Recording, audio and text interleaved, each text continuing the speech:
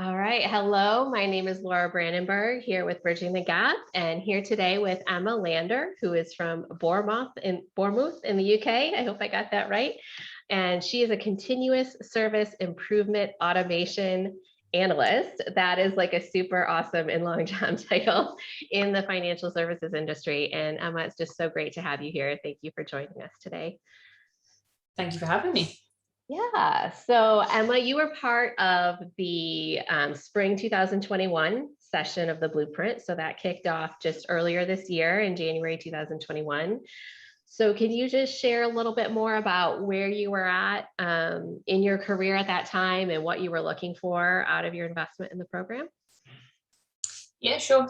So at that time, I was in a different role in a different company, and I had been hired to do a specific role within IT. But actually, when I got there, it sort of became clear that that role was changing quite a lot.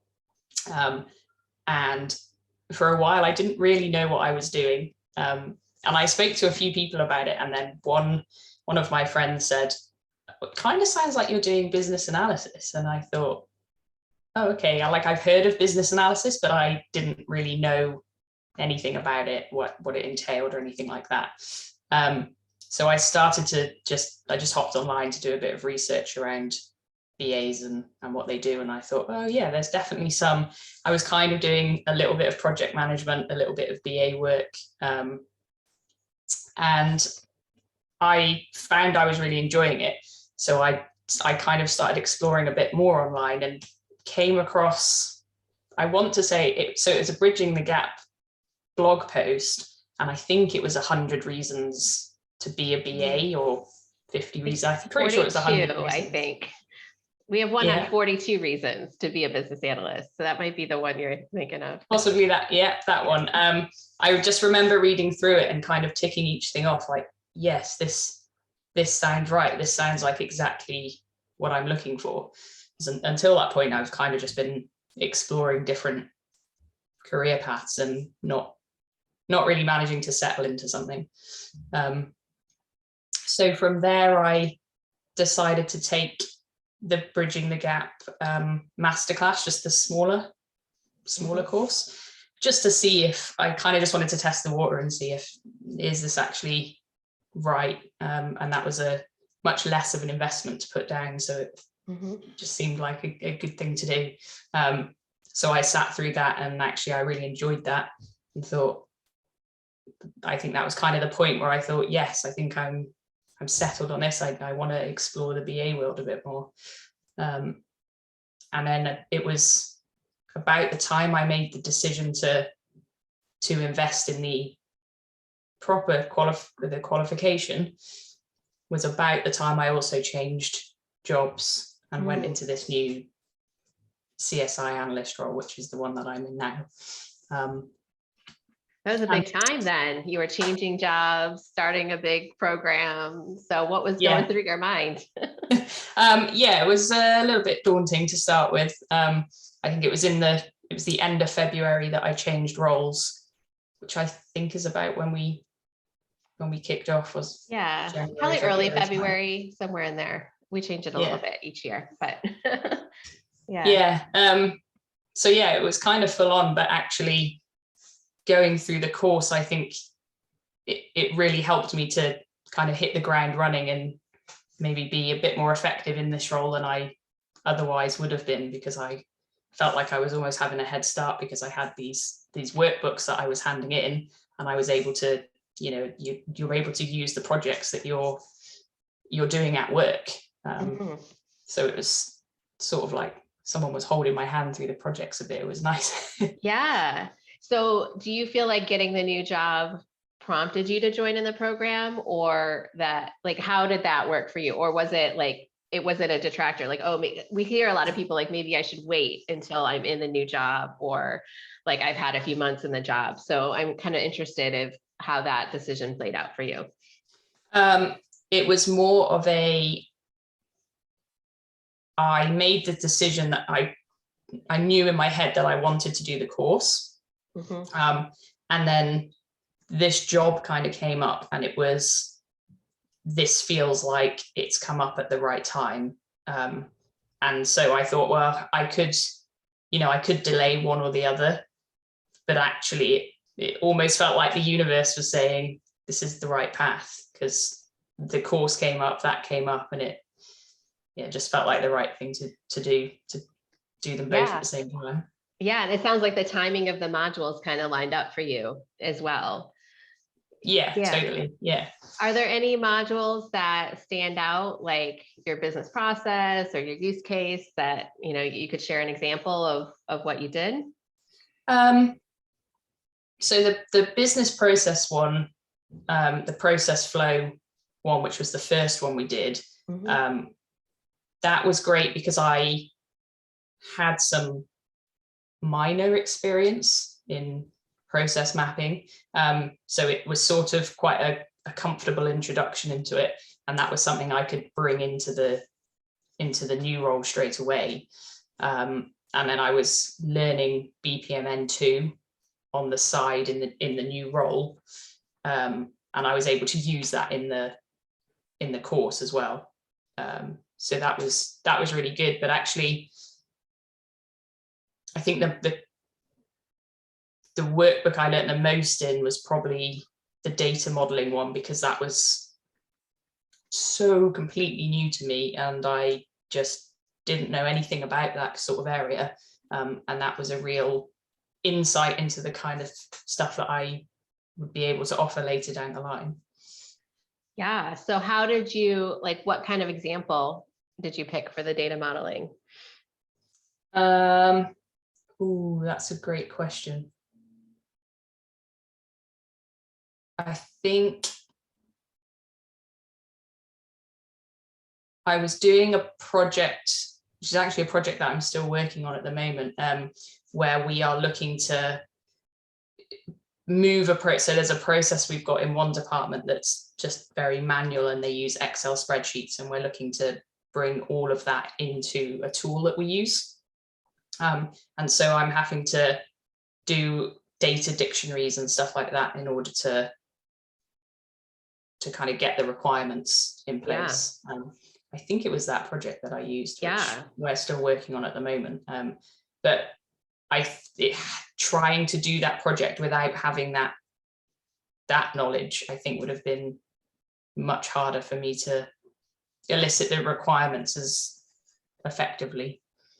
Yeah, I think that's a great point, because we can get, I used to be very set in my tools of loving the use case, and you could use case those spreadsheets to death in a way, right? And figure it out. But then the data modeling just cuts through it in a different angle or a different perspective that you still need probably what the software is going to do and those functional requirements and maybe the process maps as well. But looking at it from the data perspective just gives you a whole different view. So I can see it is such a powerful view, and it can be so new to people as well. So often it's either the one that people are I've got this because I have a technical background and I've been doing database development, or oh, this is new, and it's really eye-opening. So I'm glad you had that experience. Yeah. Yeah. So tell us a little bit about, you've had some big changes happening in your company and what the role is going to evolve into. So can you share a little bit more about that as well? Yeah, sure. So, so I joined in February in the CSI space. What we're looking at doing now in the company is to build out a process analysis function. So we have a PMO world, if you like, that delivers the big projects, and they have a BA team, and I work in the IT department, and we have lots of projects that come through, whether that's from the business or IT projects themselves, that don't go through that PMO world. So we're building out a process analysis function in the IT department, and that is essentially using a lot of the tools and everything that we do in business analysis in order to gather the requirements and make sure we're passing those on to the design teams. So I've been asked to support in that space, and that's through the knowledge that I gained from doing that qualification. is the reason I was asked to help out there, which is awesome. That's awesome. And so they saw what you were doing in the program and then wanted, what has your role been in that transition and the formation of that role? So in terms of the CSI team, we will be delivering the process analysis side as well. So I'm supporting my manager we're looking at what kind of documentation we're going to need to produce, advising what inputs we're going to need and where they need to come from, and then saying what kind of outputs we'll be able to offer and who we will give those to. Yeah. So kind of setting it up and getting the documents, templates together and that kind of stuff. Gotcha. That's awesome.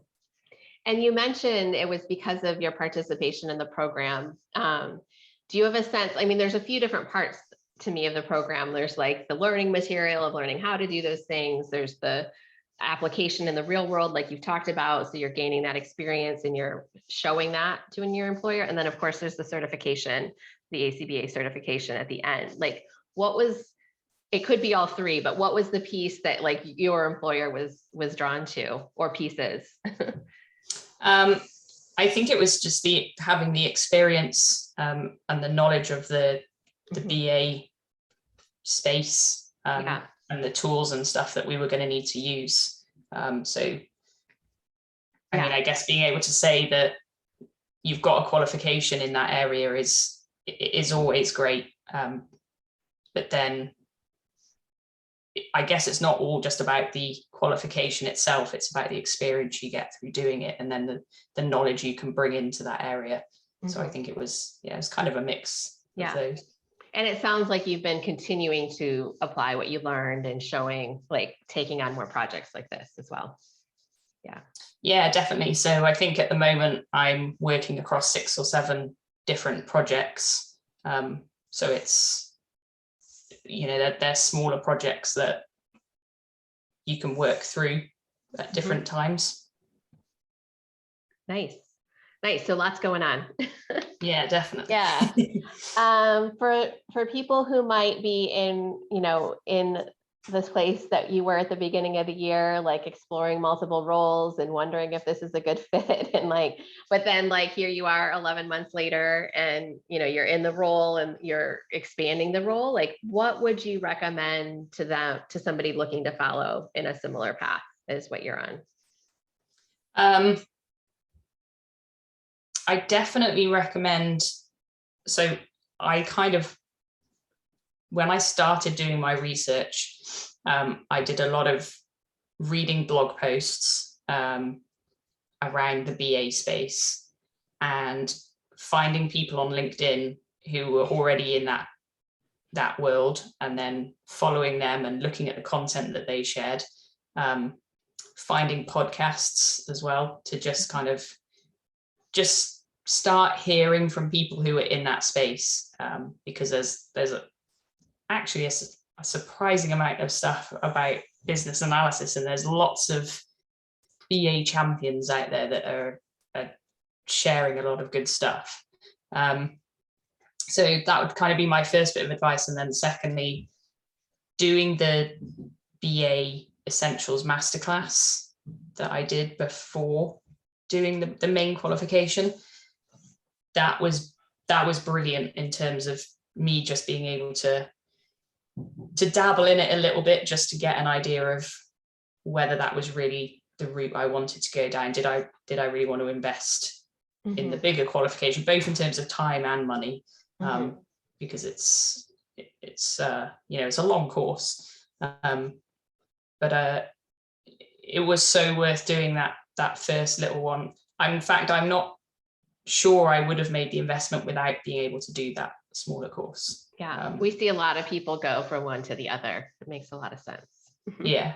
Because I think it gives you a really good sort of grounding in the BA world. And if you do that course and you're really not sure, then it's good to have only done that and invested that little bit of time in it. One of my favorite reviews of my book on Amazon is I got 2 chapters into this book and I realized a business analyst career is not for me. And I was like, how awesome that you got that from buying a $25 book instead of like, spending years in a master's program, which I've seen people do as well. So Yeah, well, that's it. Put your energy up for the path that serves you.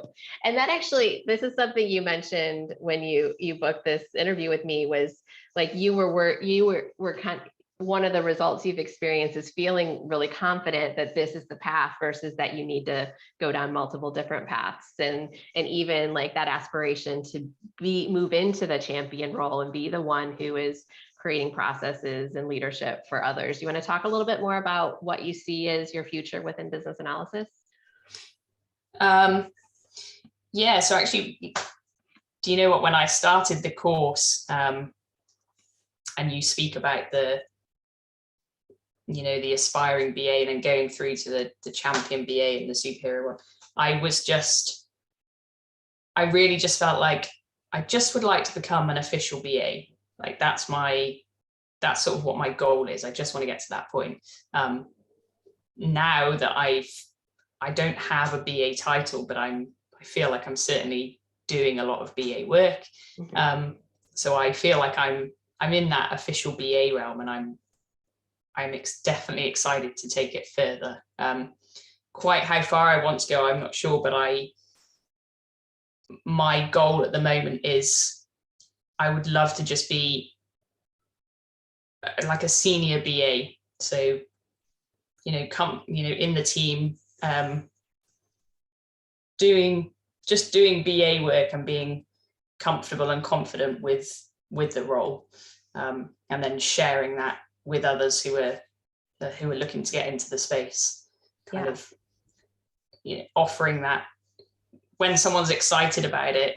I've got a couple of teammates that I work with now that I didn't really have that in the previous role, and having other BAs to talk to, or process analysts, or whatever it is that we want to call them, is really good, because you kind of get to bounce ideas off people and stuff, and it's nice having that team vibe. So being a senior kind of BA and in a supportive role, I think, is what I'd really like to do now. Yeah. It's always awesome how, like, when you achieve one goal, it opens up your vision for what's next. So excited. Yeah. I definitely would like the title. We say this a lot, but like the title's irrelevant, right? It's being in the role. And it sounds like you are an official BA, well on your way to proven BA, when you're handling multiple projects and creating a role and providing leadership in that role. So you're well on your way. So last question, thank you so much for your time. But if you hadn't invested in the Business Analyst Blueprint and achieved your ACBA, where do you think you might be today? Great It's a heavy question. I don't know. Maybe I would still be. So thinking back to that previous role that I was in before I changed into this role and did that course, possibly I'd still be wondering what on earth my role was and just trying to work it out by myself. I don't know. Yeah. I really don't know. I know that I'm so glad I had that conversation with that person who said, it sounds like you're doing business analysis, because the only thing I knew I was doing was project management. And it was a route that I've explored and thought, I really don't want to do project management. And so when she spoke about the BA, and I thought, there are parts of this role I enjoy, but they don't feel like project management roles. And suddenly discovered it was the BA side. And that kind of led into that, I guess. So yeah, where would I be? Not sure. Yeah. But I'm glad I did make that investment. Yes, and that the universe lined things up for you. I love that. Yeah, definitely. Before. Well, anything else you'd like to share before we close things off today? I don't think so. Just to say thank you, really, for the course. I had an amazing time. All of the tutors are incredible. Everyone's really helpful, and it's just a really nice course to do. You get to talk to your other participants, and the tutors are on hand all the time, easy to contact, and what you get out of it is just fantastic. So if there are people watching who are wondering whether to do it, I would just say absolutely go for it. Thank you for that. I appreciate it. And thank you so much, Emma, for your time. I really appreciate you sharing your story, and congratulations. It's just a huge transformation in less than a year. And so it's been an honor to learn a little bit more about that as well. Thank you. Thank you very much. Yeah.